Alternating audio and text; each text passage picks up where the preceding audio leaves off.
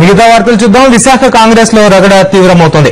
MLC అభ్యర్థి పేరు ప్రతిపాదనలో మంత్రి గంటా ఏకపక్షంగా వ్యవహరించారని సీనియర్లు కష్టమంటున్నారు.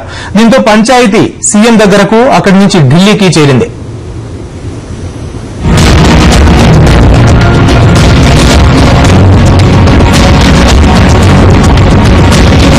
మంత్రి గంటా శ్రీనివాసరావు కాంగ్రెస్ లోకి వచ్చి తక్కువ కాలమే అయినా ఆయన నిర్ణయాలు విశాఖ కాంగ్రెస్ సీనియర్లకు కంటి మీద కునుకు లేకుండా చేస్తున్నాయి.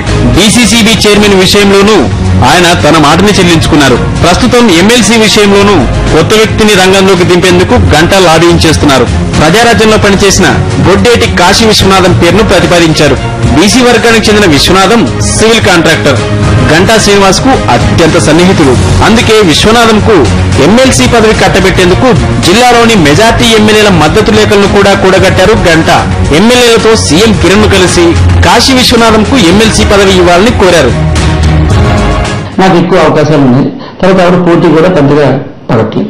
ఇందులో 12 ఎమ్మెల్యేలు సంతకాలు పెట్టి సిఫార్సు చేసిన అభ్యర్థిత్వం నాకు ఒకటి ఉంది. ఎవరికాళ్ళు ఇండివిజువల్ గా ట్రై చేసుకుంటున్నాను. కానీ నేనైతే గట్టిగా ప్రగాఢ విశ్వాసంతో కాంగ్రెస్ పార్టీ నాకు అవకాశం ఇస్తుందని, అలాగే కాంగ్రెస్ పార్టీకి నేను అన్ని విధాలా నా సేవాశక్తిలో కృషి చేసి పార్టీని బలోపేతం చేయడానికి ట్రై చేస్తానని కూడా ఆశిస్తున్నాను.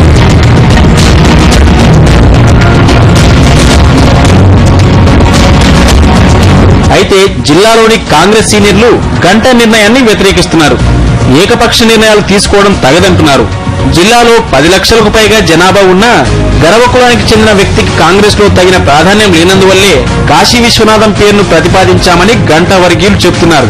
ఏమైనా కేంద్ర మంత్రులు సీనియర్లకు గంటా నిర్ణయాలు మింగుడు పడ్డం లేదు. దీంతో విశాఖ కాంగ్రెస్ లో వర్గ కుంపటి రాజుకుంటోంది. మంత్రి గంటా రాజకీయం కాంగ్రెస్ లో మంట పుట్టిస్తోంది. కాంగ్రెస్ లోని ఓ వర్గమంతా గంటాతో తంట అంటూ అధిష్టానానికి ఫిర్యాదు చేసేందుకు సిద్దమవుతున్నారు.